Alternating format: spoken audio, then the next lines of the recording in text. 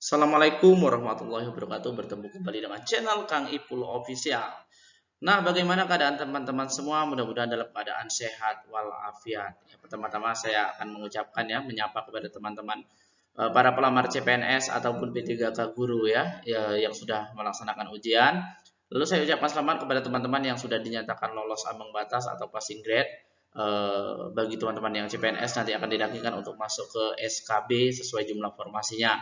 Lalu teman-teman P3K guru yang sudah dinyatakan lulus ambang batas nantinya akan dirankingkan untuk mengisi formasi pada kelulusan tahap 1 ini. Nah, teman-teman semuanya, terkhusus untuk teman-teman pelamar P3K guru ya. Ini bagi teman-teman yang belum dinyatakan lolos ya atau passing grade, belum melewati passing grade. Teman-teman jangan bersedih, jangan patah semangat, tetap semangat ya, karena pemerintah sudah menyiapkan beberapa tahap ya, tahap 2 dan tahap 3 untuk melanjutkan yang tidak lolos pada tahap 1. Nah, teman-teman semua, memang mendengar cerita dari teman-teman semua, lalu review dari memang kawan-kawan dekat, dari komentar subscriber dari channel YouTube saya, bahwa pelaksanaan untuk tahap 1 ini banyak terkendala pada teknis ya. Teknis ternyata teman-teman banyak menghafal melalui dari materi SIM PKB, rupa-rupanya tidak banyak keluar dari sana ya. Lalu materi banyak keluar adalah materi dari pembekalan materi PPG ya. Nanti saya akan membuatkan video untuk indikator esensial kisi-kisi dari soal UP PPG. Nah, pada kesempatan kali ini ya teman-teman semua, salah satu kendala untuk membahas kita soal HOT itu adalah tidak cukupnya waktu atau berkurangnya waktu bagi teman-teman untuk membahas soal-soal terutama pada kompetensi teknis ya, karena soalnya panjang. Salah satu ciri soal HOT adalah soal panjang. Soal panjang ya, waktu yang cukup panjang, kita dibawa pemikiran kita kemana-mana. Tetapi akan untuk membahas soal yang panjang itu sebenarnya saya sudah buatkan videonya, yaitu tips membahas soal panjang. Teman-teman hanya bisa melihat kata perintah pada pertanyaan itu tentang apa, temanya apa, dan dikaitkan dengan opsinya saja. Nah, itu adalah kunci untuk membahas soal yang panjang, dan videonya juga sudah saya buat. Silakan teman-teman lihat, dan nanti untuk mempersiapkan di tahap 2, teman-teman bisa menerapkan tips itu, mudah-mudahan bermanfaat bagi teman-teman semua. Nah, pada kesempatan kali ini ya, untuk pembahasan kali ini tidak banyak, hanya sedikit satu tips ya, yang memang juga sudah saya terapkan, sudah saya pakai pada beberapa ujian dulu pada UKG, lalu pada CPNS ya, tes CPNS tahun 2018, lalu PPG yang baru-baru juga 2020. Alhamdulillah saya dinyatakan lolos ya, yaitu tentang bagaimana cara mengatur waktu atau memanajemen waktu ya, pada saat pengerjaan soal, sehingga kita tidak terlalu tergiur ya atau terhanyut mengerjakan soal-soal yang seharusnya jangan kita selesaikan dulu, dan mana dulu yang kita utamakan, sehingga waktu bisa kita manfaatkan dengan baik, dan hasil apa namanya sisanya itu panjang, kita bisa manfaatkan untuk mengulas lagi waktu pada jawaban yang mungkin kita masih ragu atau memang belum terjawab. Nah, jadi pada kesempatan kali ini kita akan mengulas itu ya, atau saya akan menyampaikan suatu tips ya, tips yang memang betul-betul itu bermanfaat terutama bagi diri saya dulu ketika saya melaksanakan ujian, dan alhamdulillah 3 ujian itu saya dinyatakan lolos. Dan tips ini bisa teman-teman manfaatkan atau teman-teman gunakan untuk menambah ya, untuk menambah materi-materi yang sudah teman-teman siapkan. Jadi teman-teman tetap belajar lalu ditambah dengan tips seperti ini. Karena soal sistem soal CAT ya, soal CAT itu mereka yang pembuat soalnya itu memang orang-orang pintar, sehingga memang ketika kita mengerjakan soal itu memang harus kita gunakan trik ya, terutama manajemen waktu, manajemen emosional. Nah, itu akan dimanfaatkan untuk dikombinasikan pada saat kita mengerjakan soal. Jadi tidak hanya mengerjakan biasa saja, tetapi sebenarnya ada triknya. Oke, baiklah teman-teman, langsung saja kita bahas di channel Kang Ipul Official.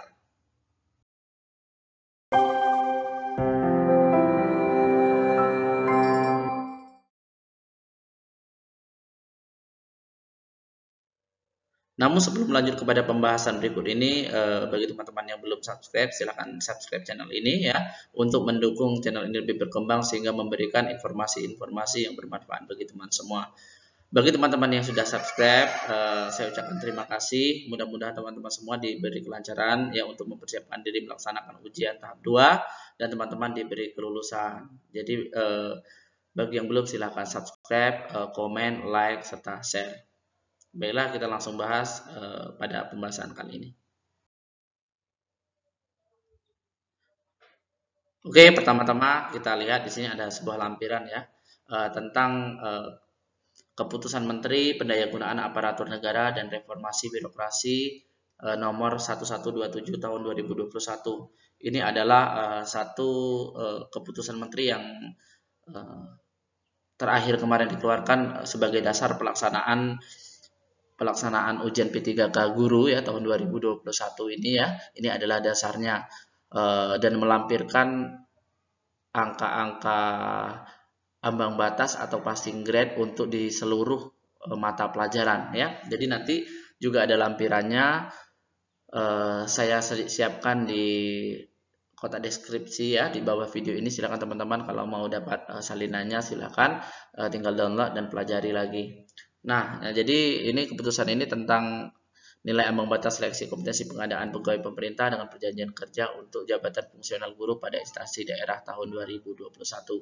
Jadi sebelumnya Permen sudah dikeluarkan ya, peraturan menteri itu tentang membahas dasar pelaksanaan seleksi P3K ini. Tetapi belum dilampirkan atau belum dicantumkan angka detail untuk passing grade kompetensi teknis. Lalu disusul lagi dengan keputusan menteri ini dan dilampirkan secara detail ya untuk kompetensi teknisnya. Ya, teman-teman, bagi seluruh teman-teman dari berbagai mata pelajaran silahkan nanti dicek ada di lampiran. Oke, kita lanjutkan.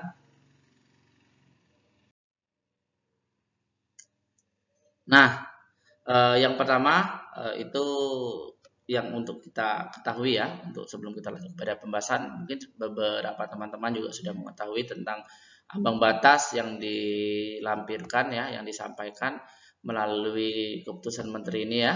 Itu yang pertama itu nilai kompetensi teknis. Juga kemarin teman-teman sudah melaksanakan ya, sudah melaksanakan ujian, ambang batasnya, cara menghitung passing grade ya atau cara menghitung kelolosan kita atau tidak melewati ambang batas juga saya sudah siapkan videonya ya, sudah sediakan, jadi teman-teman boleh melihat supaya teman-teman lebih memahami. Lalu bagi teman-teman yang mendapat afirmasi cara menghitungnya bagaimana dan menyatukan pada kompetensi teknis ini juga saya sudah siapkan videonya, silakan teman-teman cek videonya. Nah, ini nilai untuk seleksi kompetensi teknis sebagaimana tercantum ini ada sebuah lampiran. Jadi keputusan menteri ini juga ada lampirannya yaitu tentang angka-angka passing grade di setiap mata pelajaran. Nah, itu tidak terpisahkan merupakan bagian dari keputusan menteri ini. Lalu yang B itu passing grade atau ambang batas untuk kompetensi manajerial dan sosiokultural. Mungkin sebagian teman-teman sudah tahu. Dan kebanyakan teman-teman saya ya yang sudah bercerita lalu pada subscriber saya yang juga komen di bawah video ya, di komen video saya itu kebanyakan mereka banyak lolos pada manajerial sosiokultural dan wawancara. Lalu banyak tidak lolosnya pada kompetensi teknis ini.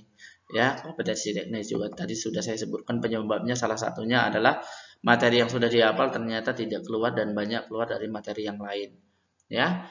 Nah, itu pada tahap 1 kegagalan itu kita jadikan pelajaran untuk selanjutnya mana kekurangan kita, itu kita tambahkan.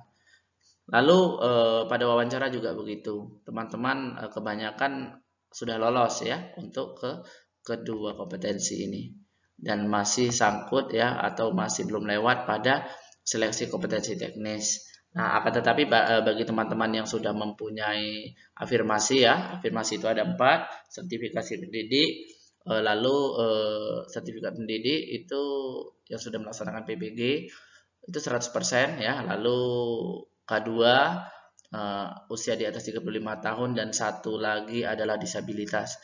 Tetapi kita doa bersama-sama ini dari teman-teman Forum Honorer Pusat sedang mengajukan petisi kepada Menteri untuk menambahkan 2 afirmasi lagi ya untuk dipertimbangkan lagi. Yang pertama adalah NUPTK dan yang kedua adalah masa kerja. Karena banyak kejadian masa kerjanya sudah lama ya. Masa kerjanya sudah lama. Bahkan saya lihat ada bapak-bapak dan ibu-ibu yang sudah tua ya, sebenarnya lebih baiknya itu tanpa tes langsung diloloskan karena memang itu memberi penghargaan kepada mereka ya. Itu adalah beberapa potret pelaksanaan P3K pada tahun 2021 ini. Mudah-mudahan bisa jadi koreksi untuk para pemangku kebijakan ya, mudah-mudahan, dan lebih mempermudah lah. Nah, jadi kebanyakan yang lolos pada kompetensi teknis ini adalah guru-guru atau peserta yang mempunyai afirmasi ya, atau afirmasi yang sudah berlipat, misal usianya sudah di atas 35 tahun dan masuk K2 ya. Nah, oke, kita lanjutkan teman-teman. Nah, ini saya ambil sampel pada guru kelas ya. Guru kelas itu passing grade-nya itu 320 untuk kompetensi teknis. Ini cukup tinggi. Cukup tinggi ya, bukan tinggi, cukup tinggi sekali. Ya, karena kebanyakan itu setiap kabupaten banyak yang tidak lolos. Nah, ini jadi ada yang bertanya, Kang, seandainya tinggi, akumulasikan atau digabungkan tinggi, apakah kemungkinan ada penurunan passing grade atau berdasarkan akumulasi nilai, ataupun yaitu penurunan passing grade? Kalau menurut saya kemungkinan tidak. Ini menurut saya, ini bisa saja berubah ya. Ini tergantung dari peraturan ya, dari atas ya. Kalau menurut saya kemungkinan tidak. Karena sistemnya ini P3K ada 3 tahap ya. Jadi tahap kedua dan tahap ketiga itu akan mengacu dari tahap 1. Kalau seandainya tahap 1 ada penurunan passing grade, tentu nanti banyak mungkin perubahan lagi pada tahap 2 dan tahap 3. Oke ya, kita lanjut. Itu pada kompetensi teknis yang cukup membuat teman-teman kerepotan ya, tidak bisa melewati ambang batas karena cukup sulit sekali. Oke, yang kedua kompetensi manajerial dan sosiokultural itu 130. Ini kebanyakan teman-teman melewatinya karena sistem penskorannya ini ya, itu tidak ada nilai yang salah, tetapi rentang dari 1 sampai 5. Lalu pada wawancara itu 24. Nah, dan alhamdulillah banyak teman-teman juga yang melewatinya. Ya, karena yang menjadi perhitungan sekali adalah pada kompetensi teknis.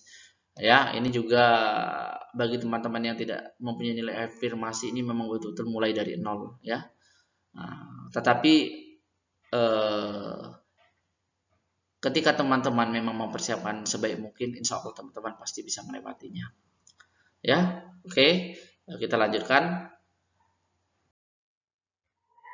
Nah, lalu tips saya ya, tips yang saya sampaikan kepada teman-teman semuanya untuk manajemen waktu ya, kita sesuai tadi yang saya sampaikan pada awal video tadi, butuh kombinasi antara penggalian ilmu yang memang sudah kita pelajari, lalu trik tentang manajemen waktu dan manajemen emosional. Bagaimana agar kita bisa mengontrol emosi kita pada saat melaksanakan ujian ini, lalu mengontrol waktu sehingga waktu kita tersisa banyak ya, dan tentunya itu menggunakan tips ya. Dan ini adalah tips ini sudah saya rasakan, saya sudah pakai dan bermanfaat sekali, dan teman-teman saya juga yang lolos pada P3K ini juga menggunakan trik seperti itu.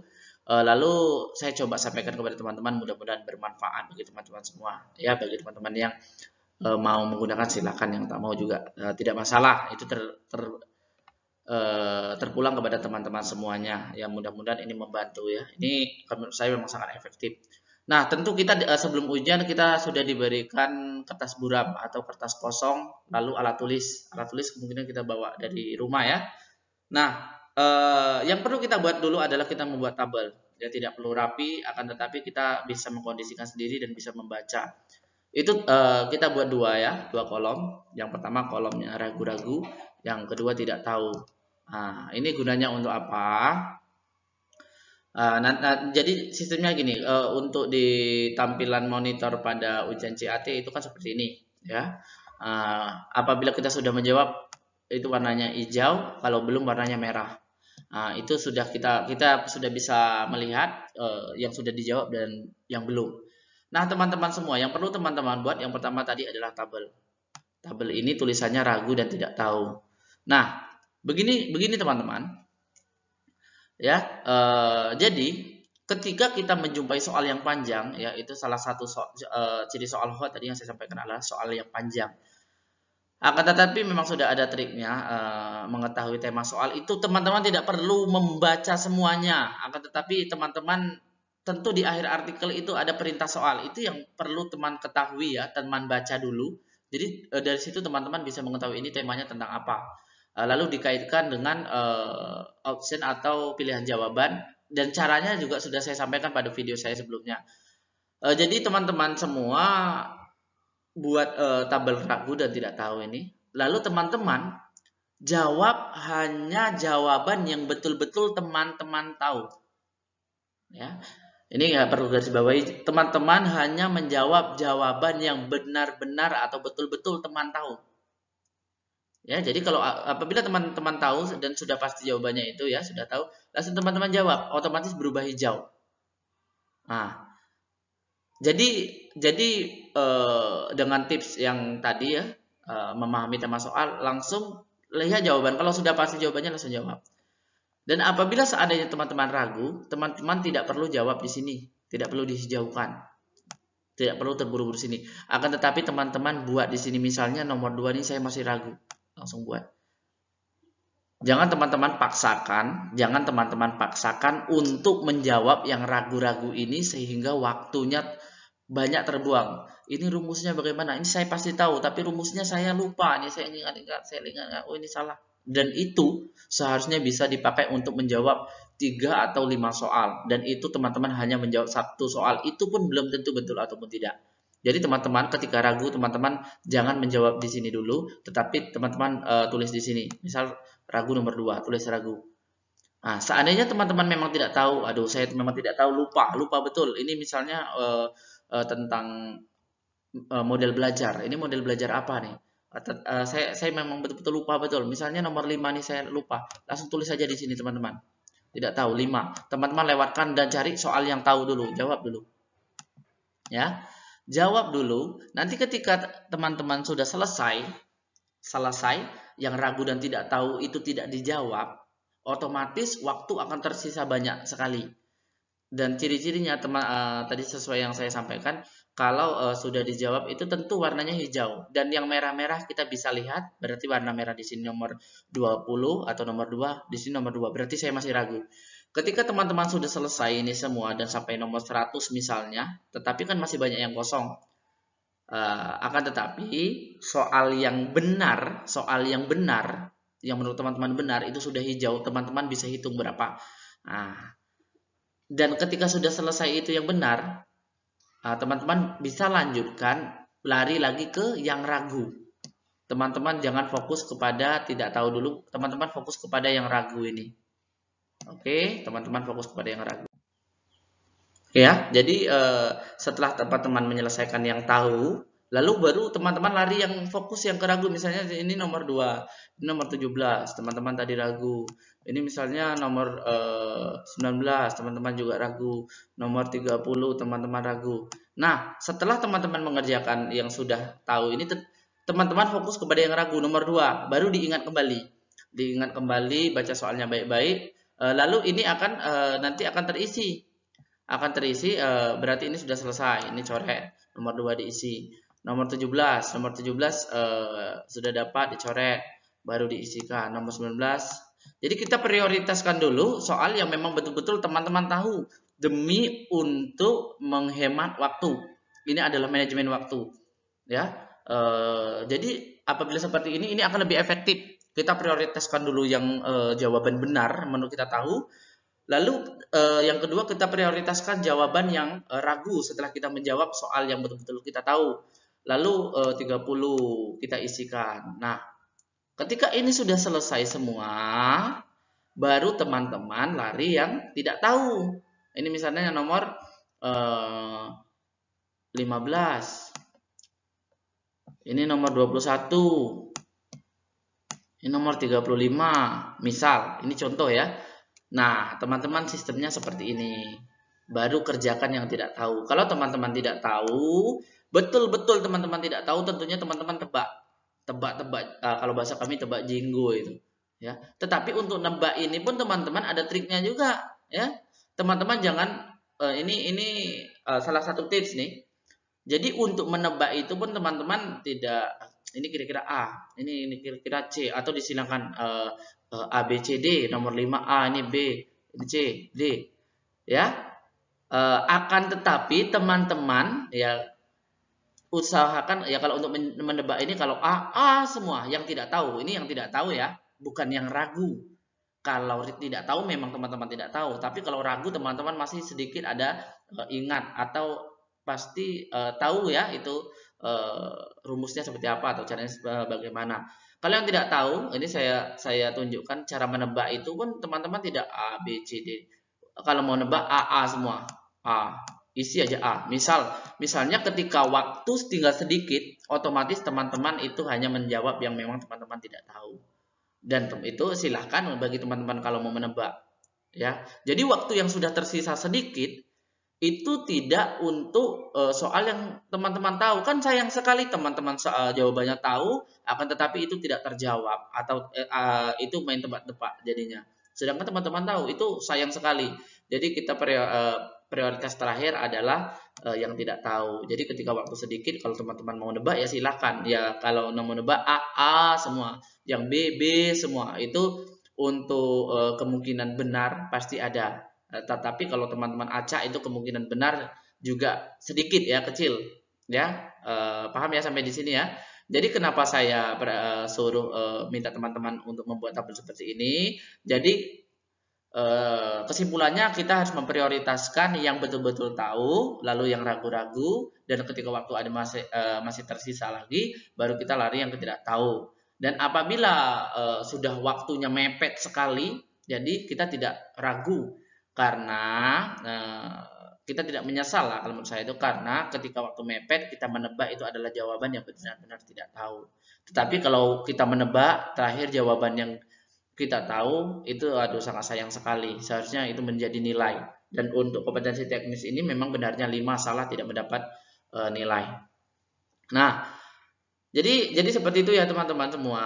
Nah, jadi kalau menjawab ini nih ya lebih baik tidak hanya hijau secara terstruktur, atau hijau ini tidak ada merah hijau, tidak ya. Kalau menurut saya ini tipsnya seperti ini ya, belang-belang dulu pun tak masalah, yang penting teman-teman prioritaskan yang pertama jawaban yang tahu, yang kedua jawaban yang ragu-ragu, dan yang ketiga jawaban yang tidak tahu.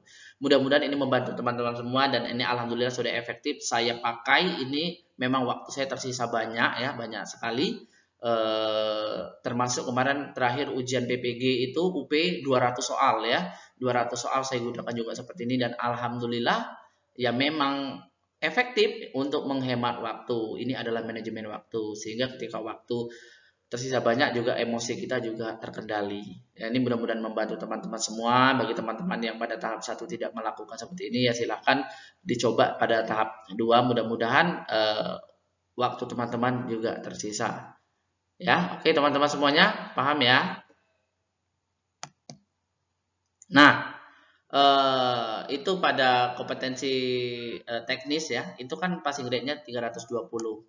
Sebenarnya apabila kita membuat sistem seperti ini, yang pertama kita mengerjakan yang tahu, yang hijau dulu tanpa kita membahas yang ragu, kita bisa melihat kita sudah lewat passing rate atau belum. Nah, kita ketahui pada teknis itu 320 poin untuk bisa lewat ambang batas. Lalu 320 ini kita bagi dengan 5, maksudnya 5 soal. Harus 64 soal dengan jawaban benar. Teman-teman ketika menjawab yang hijau, pertama menjawab yang tahu, belum yang ragu dengan tidak tahu kita tinggalkan. Ketika kita menjawab yang tahu, kita bisa hitung. Yang hijau pertama itu sudah sampai 64 ataupun belum. Apabila sudah lewat dari 64, ya kemungkinan teman-teman ini sudah melewati passing grade, karena itu adalah jawaban yang teman-teman benar. Kemungkinan besar teman-teman sudah melewati passing grade karena lebih dari 64 soal jawaban benar. Ya. Jadi kalau belum berarti ditambahkan lagi dengan ragu-ragu, baru yang terakhir tidak tahu. Itulah yang menurut saya kalau sudah terpepet sekali waktunya silahkan ditebak, tapi nebaknya itu opsinya sama semua, AA semua seperti itu. Oke, begini ya teman-teman semua ya. Jadi selain kita juga mengontrol manajemen waktu atau mengontrol waktu, tentu teman-teman juga bisa memperhitungkan kira-kira saya sudah melewati passing grade ataupun belum. Oke, ini terutama untuk yang CPNS ya. CPNS itu dari 3 komponen TWK, TIU, dan TKP. Ketika teman-teman menggunakan tips seperti ini ya, tentunya teman-teman bisa mengontrol kira-kira aku TWK sudah melewati passing grade ataupun belum. Kalau sudah melewati passing grade lari ke TIU. Kalau sudah TIU lewati passing grade, kita lari ke TKP. Tapi kebanyakan ya, kalau saya dulu 2018 saya kerjakan dulu TKP yang mudah-mudah dulu, itu perskoran 1 sampai 4 atau 5 kemarin itu ya. Lalu kita lanjut kepada TWK dan akhirnya saya ke TIU. Jadi begitulah teman-teman semua. Mudah-mudahan ini bermanfaat bagi teman-teman semuanya ya. Tidak hanya untuk P3K guru, untuk CPNS dan untuk peserta PPG. Nah, jadi ini untuk keseluruhan dan untuk menjawab soal-soal yang memang betul-betul panjang, level hot tinggi dan waktu juga mungkin minim. Jadi kita pakai manajemen waktu. Baiklah teman-teman semua, itulah tips ya atau sedikit penjelasan yang memang tips itu sudah saya pakai dan saya gunakan, dan saya sudah membuktikan bahwa itu sangat efektif untuk memanajemen waktu kita pada saat melaksanakan ujian. Dan saya juga sudah bercerita beberapa teman-teman juga yang sudah melewati P3K, ujian P3K pada tahun ini, dan alhamdulillah teman-teman juga lolos ya pada kompetensi teknis. Selain mendapat afirmasi ataupun teman-teman yang tidak punya afirmasi juga ada teman-teman saya yang lolos. Nah, mudah-mudahan bermanfaat. Silahkan bagi teman-teman yang mau menggunakan tips ini silahkan, yang tidak mau menggunakan juga silahkan. Nah, itu terpulang kepada teman-teman semua. Saya hanya menyampaikan yang memang hal yang saya tahu dan sudah saya terapkan pada saat ujian. Ya, jadi teman-teman bisa menggunakan tips ini baik ujian CPNS, ujian P3K ataupun ujian PPG ataupun ujian yang lain yang bersifat menjawab soal dengan jumlah yang banyak ya, yang level soalnya tinggi, hotnya tinggi, itu panjang-panjang, lalu waktunya minim. Jadi teman-teman bisa menggunakan ini untuk memanajemen waktu pada saat ujian. Jadi mudah-mudahan ini bermanfaat bagi teman-teman semuanya. Mungkin bagi teman-teman yang pada tahap 1 gagal, jadi teman-teman jangan patah semangat. Kita coba lagi pada tahap kedua. Mudah-mudahan teman-teman semua mengambil pelajaran dari kesalahan tahap 1 dan lolos di tahap 2. Karena kebanyakan cerita dari teman-teman saya waktu tahap 1 ini tidak lolos, salah satunya karena memang waktunya tidak cukup. Dan mudah-mudahan dengan saya membuat video ini membantu teman-teman semua. Jadi sebelum saya tutup, silakan dukung channel ini dengan subscribe, like, komen, dan share. Lalu tonton videonya. Mudah-mudahan bermanfaat bagi teman-teman semua. Apabila terdapat kesalahan, saya mohon maaf sekali karena memang kesalahan itu datangnya dari diri saya sendiri yang penuh dengan kehilafan. Terlebih terkurang saya mohon maaf, dan saya ini dengan wassalamualaikum warahmatullahi wabarakatuh. Dah.